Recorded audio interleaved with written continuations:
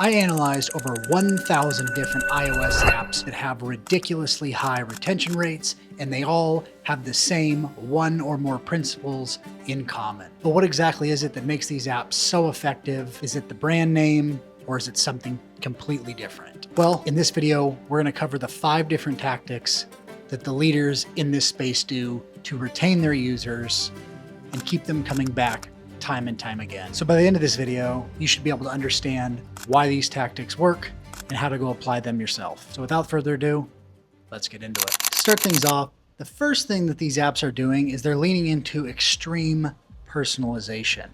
Duolingo, one of the gold standards in this space, does this by asking the user a series of questions to deeply understand why they're using Duolingo in the first place, to understand why they want to learn a foreign language, how many minutes they have every single day, so ultimately they can recommend a course that's perfect for that user.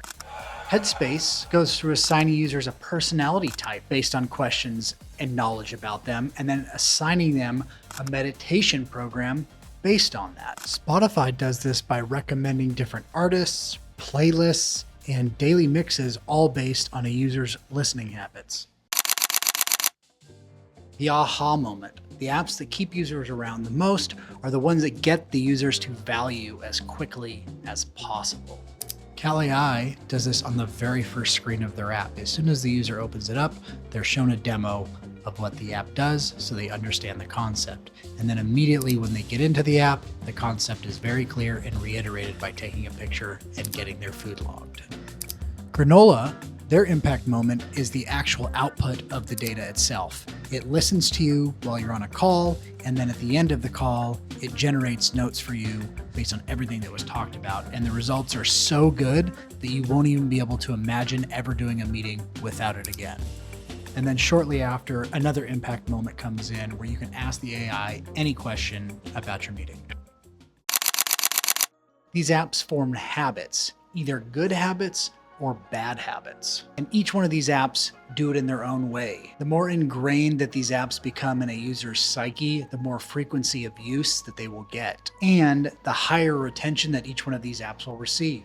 And to be honest, some of the best in this space at it are fitness apps. For example, Oura Ring does this because they provide their users with sleep scores.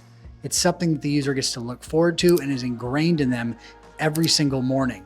Because everybody sleeps, every morning when they wake up, there's fresh data for them to check, and it starts to form this habit for them over time. Strava helps users form habits through completing things like achievements, challenges, attending events. They even leverage a dopamine hit when the user completes something, and then allows them to share it with people, creating that habit loop.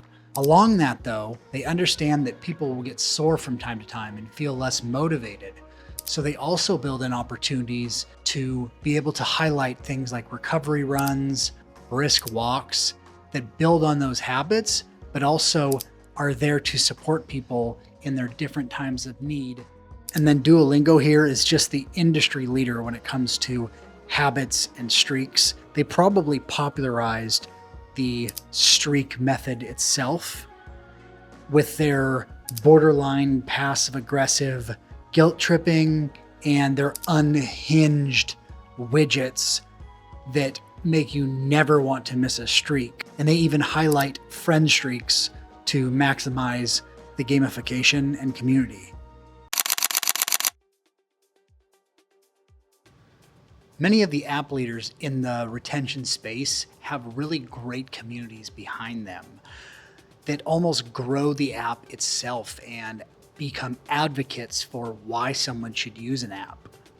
The larger the app gets, the more robust the community gets, and the tougher and tougher it is to compete against these apps.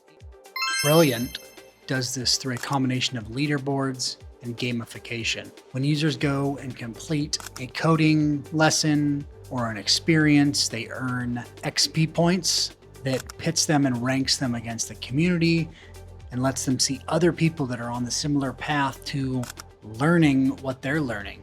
And they can unlock different leagues to compete against different people, continuing the community aspect to keep people retained within their app. The Ahead app does a great job of their community building by not just showing a community tab, but they elevate things such as questions of the day and advice. It helps people to find information based on exactly what they're looking for and help them feel like there are other people out there that are going through the same struggles as them. When people feel heard, that emotional connection tends to keep people in and retained because humans are emotional creatures.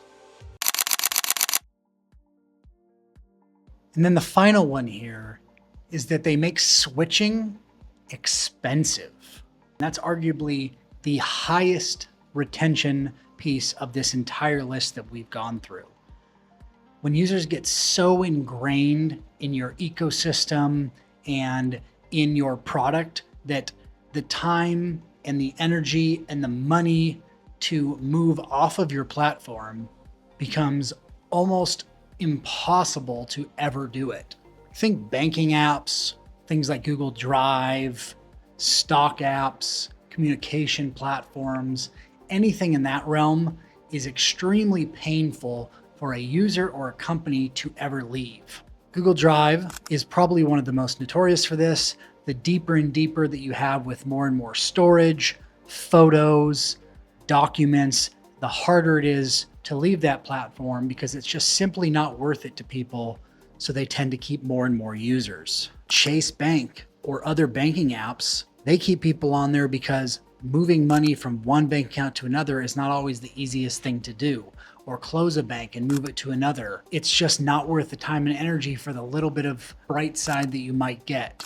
Places like Coinbase that sell crypto have a high cost associated with moving money. People have to figure out how to time the market or figure out how to make sure they don't lose a bunch of money if they want to move from a different platform. So that ultimately oftentimes leads to somebody not moving off of their platform, even if they're not super happy with the service that it provides.